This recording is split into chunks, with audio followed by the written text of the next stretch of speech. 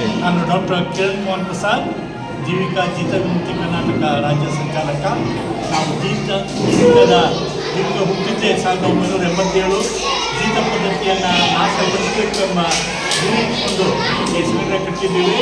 ಜೀತ ಪದ್ಧತಿ ಮುಖ್ಯ ಗುರಿ ಜೀತ ರದ್ದತಿ ಕಾನೂನನ್ನು ಭಾಳ ಪರಿಣಾಮಕಾರಿಯಾಗಿ ಅನುಷ್ಠಾನಗೊಳಿಸಬೇಕು ಸರ್ಕಾರದ ಅಧಿಕಾರಿಗಳು ಎಂಬ ಉದ್ದೇಶದ ಕೆಲಸ ಮಾಡ್ತಾ ಇದ್ದೀವಿ. ಇದರ ಜೊತೆಗೆ ಗೀತದಾರರ, ದಲಿತರ ಒಟ್ಟಾರೆ ಜೀವನದ ಎಲ್ಲ ಸಮಸ್ಯೆಗಳು, ಎಲ್ಲ ಮಾನವ ಹಕ್ಕುಗಳ ಜಾರಿಗೊಳಿಸಲಿಕ್ಕೆ ನಾವು ಪ್ರಯತ್ನ ಮಾಡ್ತಾ ಇದ್ದೀವಿ.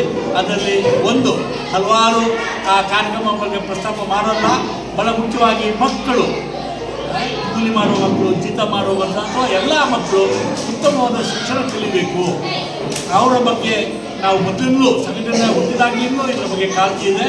ಇತ್ತೀಚೆಗೆ ಸರ್ಕಾರಿ ಶಾಲೆಗೆ ಹೋಗುವ ಮಕ್ಕಳನ್ನು ಸಂಜೆ ಶಾಲೆ ಒಟ್ಟಿಗೆ ತಂದು ಅವರನ್ನು ಆ ಊರಿನ ಯುವಕ ಯುವತಿಯರನ್ನು, ಶಿಕ್ಷಿತ ಯುವಕ ಯುವತಿಯರನ್ನು ಆ ಊರಿನವರಿಲ್ಲೇ ಏನು ಸಂಬಳ ಇದೆ, ಸಹಕಾರ ಇದೆ, ಮತ್ತು ಊರಿನ ಹಿರಿಯರಿಲ್ಲೇ ಅವ್ರಿಗೆ ಬೇಕಾದ ಪರಿಕರಗಳನ್ನೆಲ್ಲ ಕೊಡಿಸಿ, ದಾನಿಗಳಿಂದ ಬೇಕಾದ ಬೋರ್ಡು, ಚಾಕುಗಳು, ಹೀಗೆ ಪುಸ್ತಕಗಳನ್ನು, ಪೆನ್ಗಳನ್ನು ಅವರ ದಾನ ಪಡ್ಕೊಂಡು ಊರಿನವರಿಂದ ಈ ಕಾರ್ಯಕ್ರಮ ನಡೆಸ್ತಾ ಇದ್ದೀವಿ.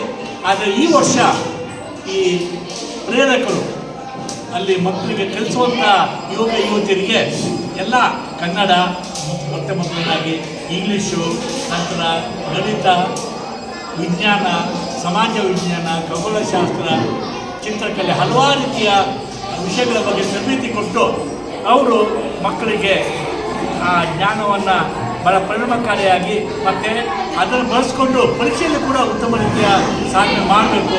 ನಾವು ನಮ್ಮ ಗುರಿ ಶಾಲೆಯ ಪಠ್ಯವನ್ನು ಪೂರ್ತಿ ಮುಗಿಸ್ಬೇಕು ಅಂತಲ್ಲ, ನಮಗೆ ಪರೀಕ್ಷೆಯಲ್ಲಿ ಪಾಸಾಗು, ಪರೀಕ್ಷೆಯಲ್ಲಿ ಈ ಸಿದ್ಧತೆ ಮಾಡಬೇಕಂತಲ್ಲ, ಪರೀಕ್ಷೆ ದೃಷ್ಟಿನೂ ಇಟ್ಕೊಂಡಿರ್ತೀವಿ.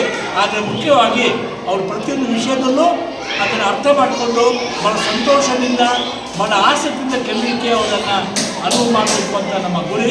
ಈ ದೃಷ್ಟಿಯಲ್ಲಿ ಈ ಕಾರ್ಯಕ್ರಮವನ್ನು ನಾವು ನಡೆಸ್ತಾ ಇದ್ದೀವಿ.